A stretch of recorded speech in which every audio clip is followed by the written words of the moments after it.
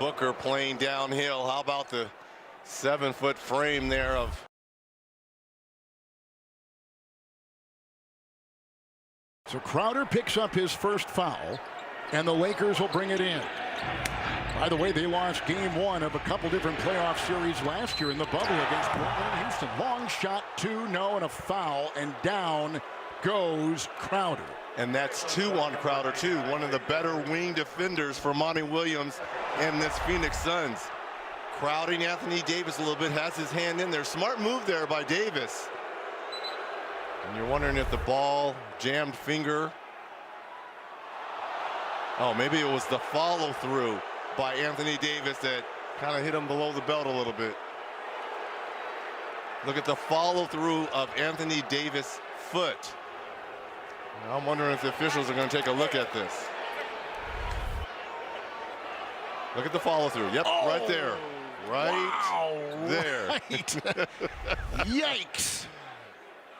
They're going to take a look at it. And this will probably be a technical, because we saw Draymond Green a few years ago. On the floor is a defensive foul on Crowder. The play is under review. I think Zach Zarba. I think the foul will stick, but I think it'll be a technical foul on Anthony Davis. So unintentional. It's unintentional, but this is part of the new rules now too, to protect players. Yeah, there's not a lot of protection down.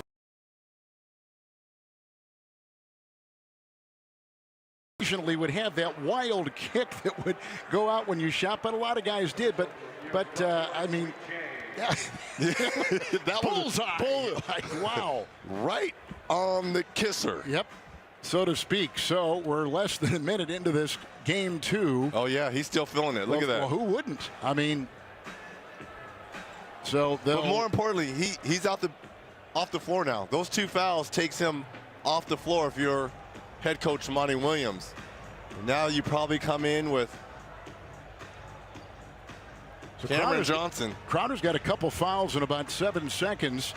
And the other thing that was evident there in the first less than a minute is that Paul, who only had 1 turnover for the Suns in game 1, already has matched that total. So an early turnover by Chris, a couple nice defensive plays by the Lakers, which they, of course, that was established by Frank Vogel. I mean, the number 1 thing on his list, Reggie, when he took over last year, is to establish a defensive identity, and they're the number 1 rated defensive team in the NBA coming into the playoffs.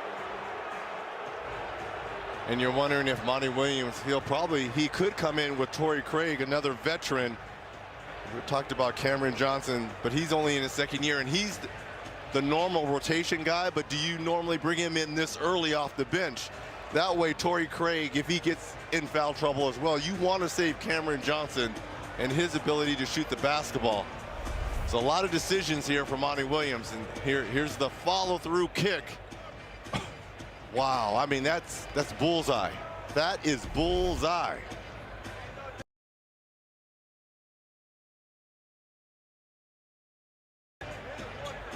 Here's the thing. They wouldn't throw him for something like that, would they? Well,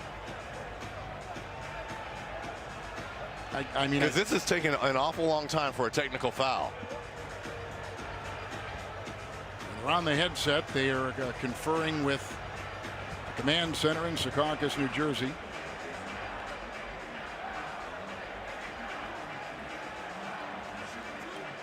Heck of a way to start this game, I'll tell you. The defensive foul on Crowder remains. The ensuing contact by Davis to the groin of Crowder was deemed unnecessary contact, thereby making it a flagrant foul, penalty 1.